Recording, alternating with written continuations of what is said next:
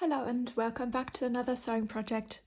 Today I want to show you how to make these reusable, eco-friendly makeup remover pads.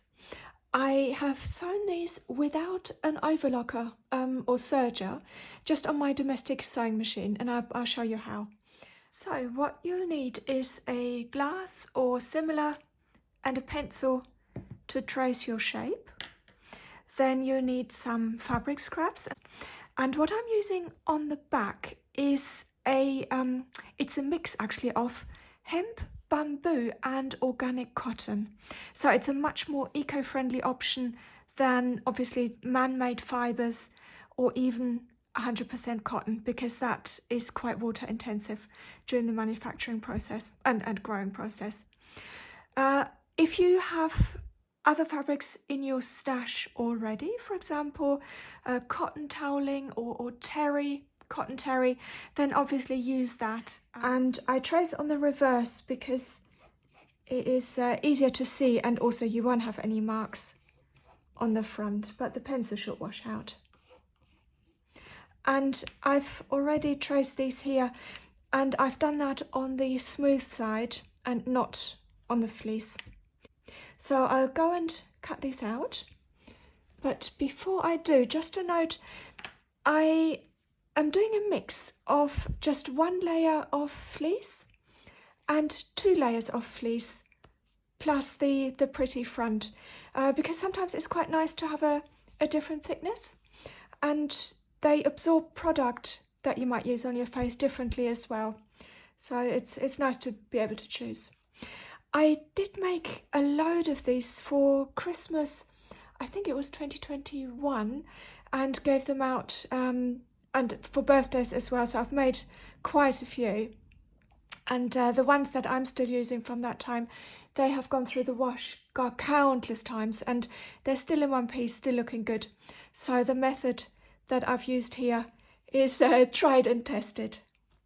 So go cut out your shapes and then I'll meet you back at the sewing machine. I've got 2 layers of the fleece here, and add the pretty top to the smooth side. Line it up and then pop a few clips on.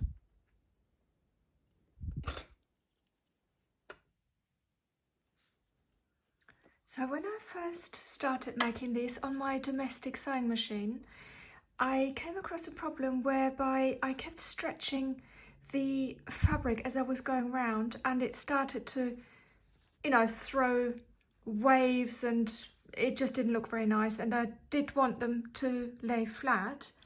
So what I ended up doing is I will sew 3 rounds and start with a long zigzag stitch and then make the stitch length smaller with every round. Now the stitch width is 5 millimeters all the way through, and I'm starting with 4.5 for the stitch length, and then I decrease that by 0.5, so I'm going from 4.5 to 4 to 3.5 for the last one.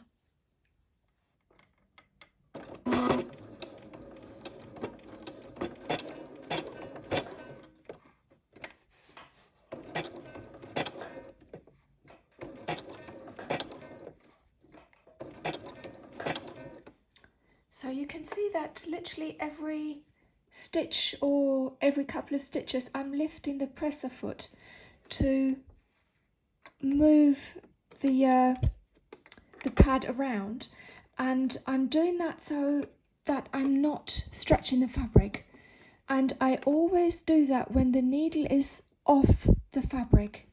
I'll show you again.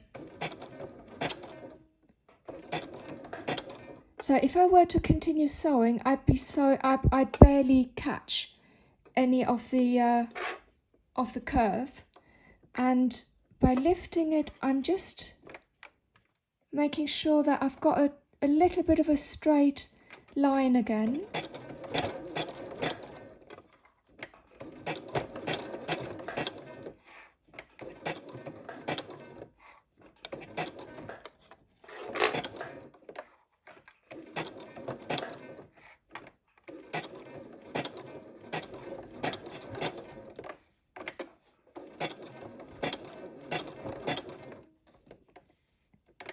I'm leaving the tail in place as an indicator of when you've finished a round. So for the second round, I'm staying with the 5mm stitch width, and I'm decreasing the length from 4.5 to 4.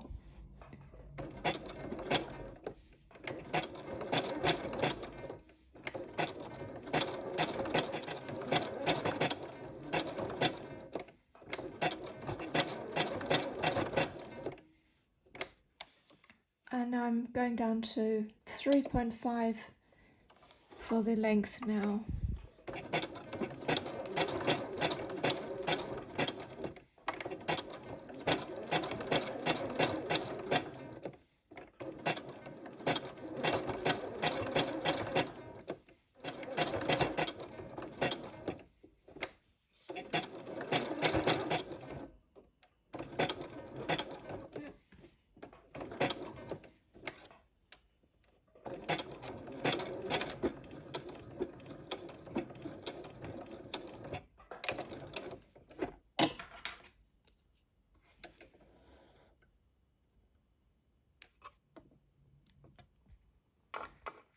So here we have the finished piece,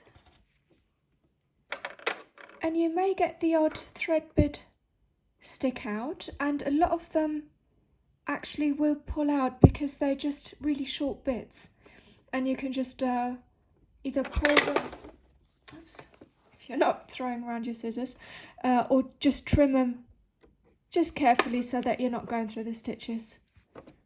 And the same with any bits that you might have poking out. But in essence, that's all that's involved in making these. These make for really lovely make-ahead gifts as well that you can have on standby for birthdays or unexpected invitations, that sort of thing. Or you could get ahead of the game and start making a bunch for Christmas.